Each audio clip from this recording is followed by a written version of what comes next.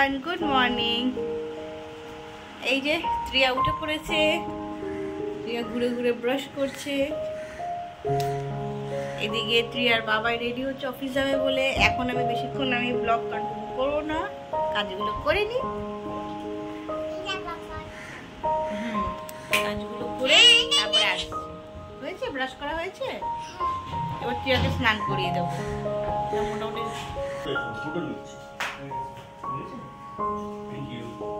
কি অর্ডার করলে? এটা কি বাজাজ দেখা তো, এটা তো ঠিক আছে। স্যান্ডউইচ মেকার अगेन,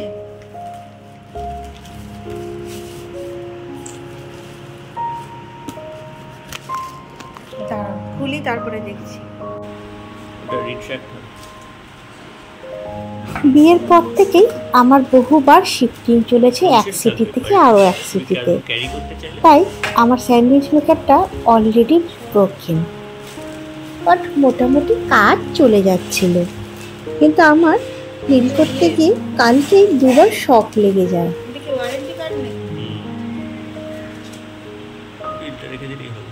অমনি সকাল সকাল ত্রিয়ার বাবাই এই স্যান্ডউইচ মেকারটা নিয়ে আমার কাছে হাজির। চোখ মুছতে না মুছতেই এই সুন্দর স্যান্ডউইচ মেকারটা দেখে মনটা তো ভীষণ ভালো হয়ে গেল। Thank you.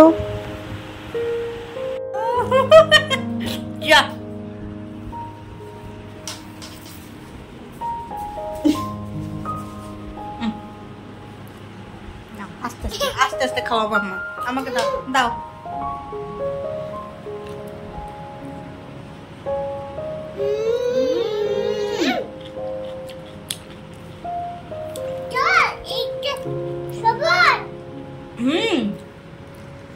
এই যে ত্রিয়ার লাঞ্চ কমপ্লিট, ত্রিয়ার মাম্মায়েরও লাঞ্চ কমপ্লিট,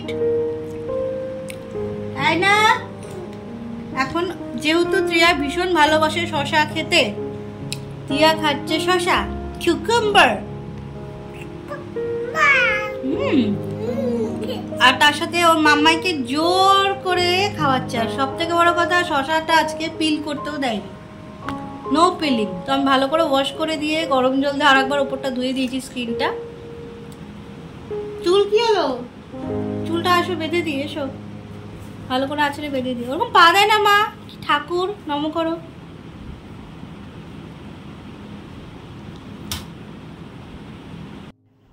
বিকেল 5টা মতো বাজে, টিয়াকে ঘুম পাড়িয়েই দিয়েছি। টিয়া ঘুমোচ্ছে, আমি একটু আস্তেই কথা বলছি। এই যে এইভাবে ঘুমোচ্ছে, এইভাবে এই সমস্ত এই যেগুলো আছে এগুলো আমি একটু ফোল্ড করার চেষ্টা করছি, কিছুটা করেছি। এবার ত্রিয়া ওঠার আগে আমি সমস্ত গুছিয়ে ফ্রেশ করে ঘরটা আর একটু পরিষ্কার করবো। ও তো খেলাধুলো করে সব জায়গা মেসি করে দেয়, সেটা কোনো ব্যাপার না, ও একাই কি আর করবে। তো ওগুলো করে তারপর আমি আর একবার ফ্রেশ হবো, তারপরে আসছি। চলো, সন্ধে হয়ে গেছে। ত্রিয়াকে ইভিনিং স্ন্যাক্স বলতে আজকে দিচ্ছি চিড়ে দুধ দিয়ে, আর তার মধ্যে কিছু ড্রাই ফ্রুটস মিলিয়ে দিয়েছি। তাড়াতাড়ি উঠে পড়েছে, ঘুম হয়নি, একটু ঘুমে উঠে পড়েছে। তো ভালো ওকে খাইয়ে নি, তারপরে আমার আরও কিছু কাজ আছে, সেগুলো যেরকম একটু আগেই বলেছিলাম ফ্রেশ হবো। ফ্রেশ হতে পারিনি, উঠে পড়েছিল। একা থাকলে যেটা হয়, আজকে মনে হচ্ছে এখন একেবারে ওকে খাইয়ে, কেন ওকে খাওয়াতে গেলে একটু এদিক সেদিক লেগেই যায়, ওকে খাইয়ে ওকে ফ্রেশ করিয়ে আমি ফ্রেশ হয়ে আসবো। ওই ঘরের কাজগুলো কমপ্লিট হয়ে গেল, মোটামুটি একটু সেট করেছি। তুমি চলো ওকে খাইয়ে নি। এই যে ওর খাওয়ার, দুধ দিয়ে আর ড্রাই ফ্রুটস দিয়ে চিড়ে। আমার ও নিজে চিবিয়ে খাচ্ছে, দেখিয়ে দাও তোমার মুখে, হ্যাঁ করো, দেখিয়ে দাও। হ্যাঁ, ও কিন্তু সমস্ত নাটস চিবিয়েই খেতে পারে।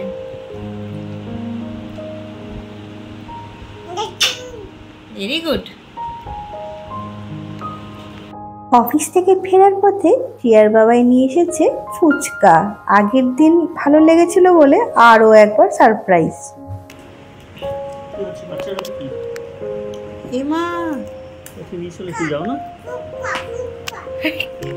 হাতে কি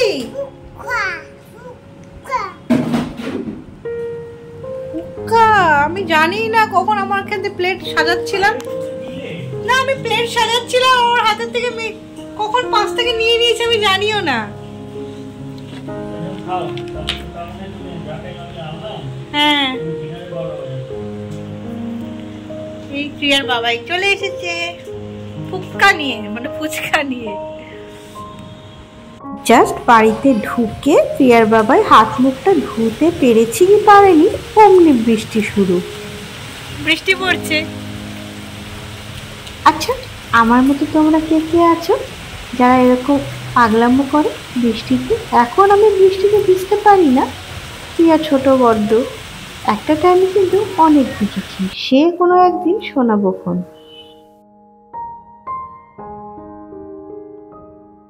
রাতের অন্ধকার, তার সাথে চাঁদের আলো, বাইরে চলছে অঝোরে বৃষ্টি, সঙ্গে থাকতে হবে হলিউড সং।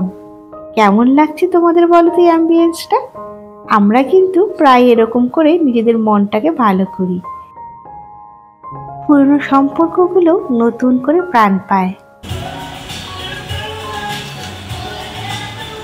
জানো তো বৃষ্টি আমাকে ভীষণ ডাকে, আমি যতই ভাবছি তোমাদেরকে শেয়ার করব কোনো এক সময়, কিন্তু আজকে একটু ইচ্ছে করছে।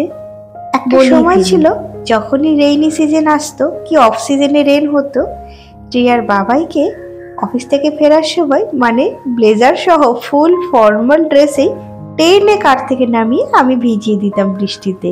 প্রায় 1 ঘন্টা 8 ঘন্টা মতো এসব চলতো, তারপর চুপচুপো ভিজে বাড়ি ফেরা।